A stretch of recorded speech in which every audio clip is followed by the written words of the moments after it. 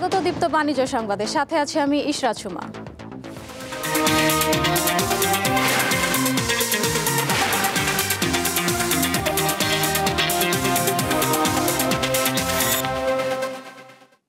বাংলাদেশ ব্যাংকের governor Ahsan H Mansur বলেছেন, বিগত সময়ে দেশে ইসলামী ব্যাংকিংয়ের পথ চলা স্বস্তিদায়ক ছিল না। শুধু শরিয়া ভিত্তিক ব্যাংক নয়, পুরো ব্যাংকিং কাঠামোর জন্য প্রয়োজন সুশাসন ও যোগ্য পরিচালনা পর্ষদ। সকালে রাজধানীর একটি হোটেলে ইসলামিক ফিন্যান্স সামিট 2025-এ তিনি এসব কথা বলেন। গভর্নর আরও বলেন, ইসলামী ব্যাংকিংয়ের জন্য প্রয়োজন শক্তিশালী শরিয়া বোর্ড। তিনি জানান, ইসলামী ব্যাংক দেশের সবচেয়ে ডাইনামিক ব্যাংক হওয়ার পরও ব্যাংকটি লুটেরা গোষ্ঠীর হাতে নিরাপদ ছিল না। আশার কথা হলো, মানুষ আবারও আস্থা আনতে শুরু করেছে, ব্যাংকটি ঘুরে দাঁড়িয়েছে। তিনি বলেন, 5টি ব্যাংক একীভূত করায় তা একটি বড় ব্যাংকে পরিণত হবে বলে আশা প্রকাশ করেন তিনি।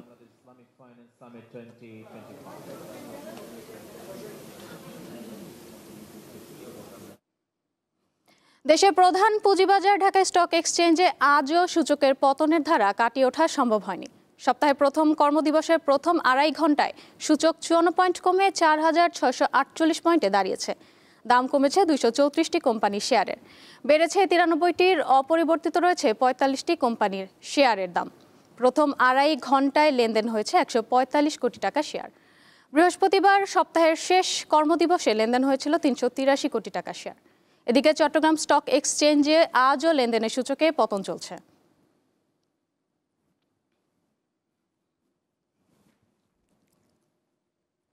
ঢাকা স্টক এক্সচেঞ্জে এই মুহূর্তে আমাদের রয়েছেন সহকর্মী শাহরিয়ার ইমন, তিনি যোগ দিচ্ছেন পুঁজিবাজারের খবর জানাতে।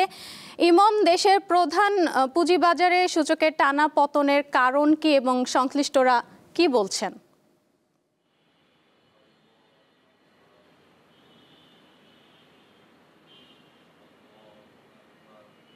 হ্যাঁ, ইশরাত সুমা, দেশের প্রধান পুঁজিবাজার ঢাকা স্টক এক্সচেঞ্জে আমি লেনদেনের মাঝে রয়েছি। আজকে প্রথম কার্যদিবসের লেনদেন চলছে ঢাকার বাজারে। আপনি যেটি বলছিলেন যে পতনের যে ধারাটি, সেই পতনের ধারাটি কিন্তু আমরা দেখছি আজও অব্যাহত রয়েছে। আপনি জানেন যে বৃহস্পতিবার দেশের প্রধান পুঁজিবাজার ঢাকা স্টক এক্সচেঞ্জে সূচকের একটি বড় ধরনের দরপতন ছিল, প্রায় 122 পয়েন্টের মতো দরপতন ছিল। সেই পতনের ধারাটি আমরা দেখছি সপ্তাহের প্রথম কার্যদিবস আজও বজায় রয়েছে। আমরা যদি আজকে একটু তাকাই, প্রথম 3 ঘন্টায় প্রায় লেনদেন হয়েছে আপনার 152 কোটি টাকা, আর সূচক পড়ে গেছে এখন পর্যন্ত প্রায় 49 পয়েন্টের মতো, অর্থাৎ মোট সূচক অবস্থান করছে, ডিএসইএক্স যে সূচক সেটি অবস্থান করছে 4,653 পয়েন্টে। এছাড়া লেনদেন হওয়া শেয়ারের ক্ষেত্রে যদি তাকাই, সেক্ষেত্রে আমরা দেখছি আজ দাম বেড়েছে মাত্র 96টি কোম্পানির শেয়ারের ক্ষেত্রে, আর দাম কমে গেছে 224টি কোম্পানির শেয়ারের, তবে দামের কোনো তারতম্য ঘটেনি আপনার 57টি শেয়ারের ক্ষেত্রে। তো এই হচ্ছে মার্কেটের পরিস্থিতি। মার্কেট যেটি আপনি বলছিলেন যে মার্কেটের একটি নেতিবাচক ধারা কিন্তু আমরা সপ্তাহের প্রথম কার্যদিবসে বজায় রয়েছে। কেন বজায় রয়েছে এই বিষয়টি জানতে আমাদের সাথে এই মুহূর্তে যোগ দিচ্ছেন শাকিল এইচবি স্টকস লিমিটেডের deputy manager miss Saima Akter. আমরা তার কাছ থেকে শুনে আসবো। মিস সাইমা আক্তার, আপনাকে স্বাগত জানাচ্ছি দীপ্ত টিভির বিজনেস আয়োজনে। আপনার কাছে আমরা জানতে চাই, মার্কেট কেন এভাবে পড়ে যাচ্ছে, মূল কী কারণ? মার্কেট পড়ে যাওয়ার অনেকগুলো কারণ আছে। তার মধ্যে আমরা কিছুদিন ধরে দেখছি যে একটা সেক্টরাল একটা স্ট্রেস আছে, বিশেষ করে bank and non banking financial সেক্টরে। ব্যাংকিং সেক্টরে 5টা ব্যাংকের মার্জার ইস্যুতে যেখানে প্রাইস ভ্যালুকে শূন্য ঘোষণা করা হয়েছে, সেটার মধ্যে দিয়ে পতনের মানে র্যাপিড একটা ডাউনের একটা সূত্রপাত। তার সাথে আছে নন ব্যাংকিং ফিনান্সিয়াল সেক্টর, সেখানেও একটা ডিলিস্টিং ইস্যু আছে।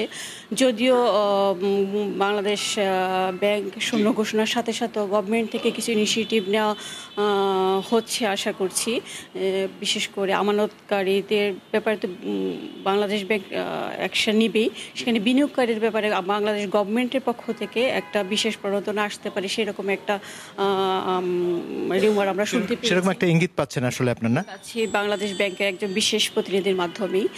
আর আদার্স যেসব যেমন পলিটিক্যাল একটি বিষয় বোধহয় না বললেন না, সেটি হচ্ছে যে আপনি যে জানেন যে মার্জিন যে বিধিমালা আপনার, সেটি কি বাজারে তো আপনার বোধহয় মার্জিন বিধিমালা এটি বোধহয় আপনার প্রজ্ঞাপনা করে জারি করা হয়েছে, তবে আদালতের নির্দেশনায় বোধহয় এটা 7 দিনের জন্য আপনার স্থগিত করা আছে, তাই না? জি জি জি ডিফারেন্ট টাইপস অফ মানে রেগুলেটরি অ্যাকশন আমরা দেখতে পেয়েছি। সেখানে বিশেষ করে মার্জিন রুলসের ক্ষেত্রে একটা রেগুলেটরি যে অ্যাকশনটা দেখতে পেয়েছি, সেখানে বিনিয়োগকারীরা খুব ভালোভাবে নেয়নি, সেটা একটা স্টে অর্ডারও আসছে। তা আশা করছি সিকিউরিটি এক্সচেঞ্জ কমিশন এবং বিনিয়োগকারীদের যেন ভালো হয় সেই দিকটা বিবেচনা করবেন, এবং সেটা আপনি মনে করেন যে কোন কোন জায়গায় আসলে আপনার বিনিয়োগকারীদের জন্য বিনিয়োগ বান্ধব হওয়া উচিত? এখানে প্রথমত এখানে দেখানো হয়েছে যে যেমন ইন্স্যুরেন্সের ক্ষেত্রে 30p, বাট ওভারঅল 30p ধরা হয়েছে, কিন্তু যেগুলো লাইফ ইন্স্যুরেন্সের ক্ষেত্রে সেখানে যেখানে 1:1 অনুপাতে আমরা লোন পেতাম সেখানে এখন দেখা যাচ্ছে 1:0.5।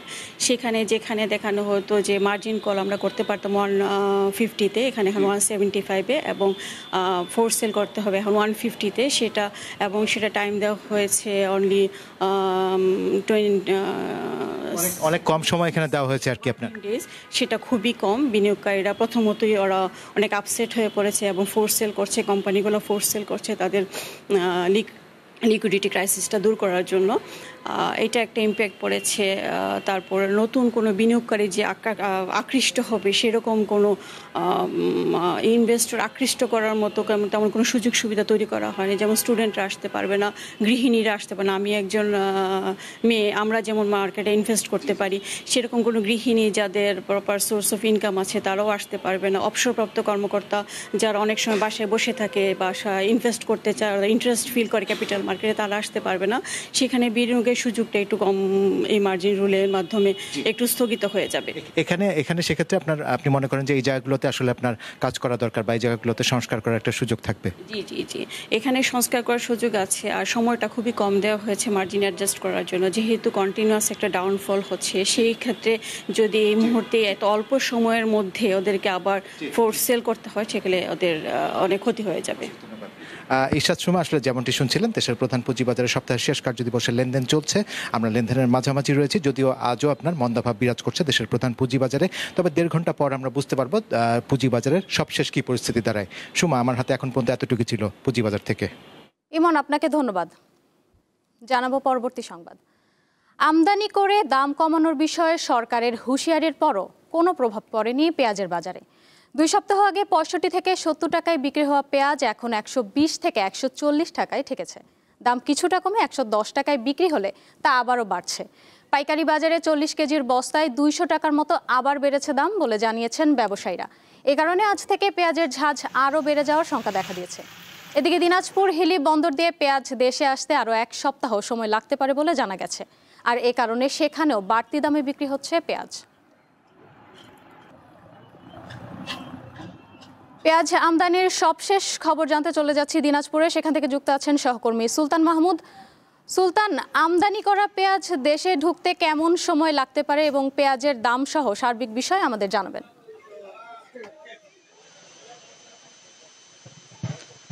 সোমা, জানেন আপনি যে সারা দেশের ন্যায় দিনাজপুরেও কিন্তু পেঁয়াজ গত 2 সপ্তাহ আগের ব্যবধানে কিন্তু আজকেও যে পেঁয়াজ বিক্রি হচ্ছে দিনাজপুরের 90 টাকা থেকে 100 টাকা কেজি দরে। আমরা দেখেছি যে খুচরা বাজারে কিন্তু কিছু কিছু জায়গায় 110 টাকা পর্যন্ত কেজি প্রতি পেঁয়াজ বিক্রি হচ্ছে, এবং পাইকাররা বলছে যে যেহেতু এই এলাকায় এখন পেঁয়াজের যে মৌসুমটা অনেকটাই কিন্তু শেষ হয়ে গিয়েছে, যার কারণে পেঁয়াজের যে একটি সংকট দেখা দিয়েছে, যার কারণেই পেঁয়াজের দামটা একটু বেড়েছে বলে ব্যবসায়ীরা আমাদেরকে জানিয়েছেন। তবে এখানে আরেকটি বিষয় আপনাকে জানিয়ে রাখি যে গত কয়েকদিন ধরেই সরকার ভারত থেকে পেঁয়াজ আমদানি করার বিষয় নিয়ে একটু আলোচনা চলছে। তারই ধারাবাহিকতায় দিনাজপুরের হিলিস্থল বন্দরের যিনি উদ্ভিদ সংনতি রোধ কর্মকর্তা রয়েছেন ইসাক আলী, ইউসুফ আলী, এনার সাথে আমার কিছুক্ষণ আগে কথা হয়েছে। তিনি বলেছেন যে সরকার এখন পর্যন্ত পেঁয়াজ আমদানির যে বিষয়টি সেটি কিন্তু এখনো চূড়ান্ত করেনি, তবে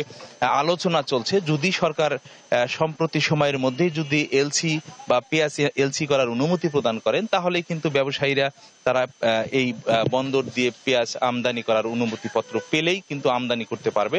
এখন পর্যন্ত সরকার তেমন কোনো কাউকে বা কোনো ব্যবসায়ীকে পেঁয়াজ আমদানির বিষয়ে কোনো অনুমতিপত্র দেয়নি, যার কারণে এখন পর্যন্ত কিন্তু কোনো ব্যবসায়ী এলসি খুলতে পারেনি। আরেকটা বিষয় আপনাকে জানিয়ে রাখি যে তারা বলছে যে যেহেতু সরকার এখনো দেশি পেঁয়াজের উপরে অনেকটা নির্ভরশীল করার কথা রয়েছেন। আপনি জানেন যে আগামী 1 সপ্তাহের মধ্যে যে মুড়ি কাটা পেঁয়াজ পাতাযুক্ত সহ পেঁয়াজ কিন্তু বাজারে অ্যাভেলেবেল পাওয়া যাবে, সেই কারণেই কিন্তু একটু অপেক্ষা করছে। সোমা, আপনাকে ধন্যবাদ।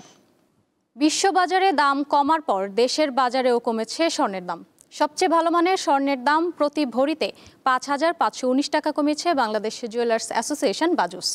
স্বর্ণের নতুন দাম আজ থেকে কার্যকর হয়েছে বলে বিজ্ঞপ্তিতে জানিয়েছে বাজুস। দাম কমার পর 22 ক্যারেটের স্বর্ণের নতুন দাম নির্ধারণ করা হয়েছে ভরি প্রতি 2,08,272 টাকা। 21 ক্যারেটের দাম 1,98,801 টাকা, 18 ক্যারেটের 1 ভরি স্বর্ণের দাম 1,70,399 টাকা এবং সনাতন পদ্ধতির স্বর্ণের ভরি 1,41,718 টাকা নির্ধারণ করা হয়েছে। উঠানামার মধ্যে দিয়ে আন্তর্জাতিক বাজারে জ্বালানি তেলের লেনদেন চলছে। এছাড়া যুক্তরাষ্ট্রের বাজারে প্রতি ব্যারেল অপরিশোধিত তেল বিক্রি হচ্ছে $60। ওপেকভুক্ত দেশগুলোর তেল অর্থাৎ ওপেক বাস্কেটে বিক্রি হচ্ছে $63.42। আর দুবাইতে প্রতি ব্যারেল তেলের দাম $64.45। অন্যদিকে ভারত তথা ইন্ডিয়ান বাস্কেটে প্রতি ব্যারেল অপরিশোধিত জ্বালানি তেল বিক্রি হচ্ছে $65। এই ছিল এখনকার দীপ্ত বাণিজ্য সংবাদে। এরপর দীপ্ত আন্তর্জাতিক সংবাদ দেখার আমন্ত্রণ জানিয়ে শেষ করছি। ধন্যবাদ সবাইকে।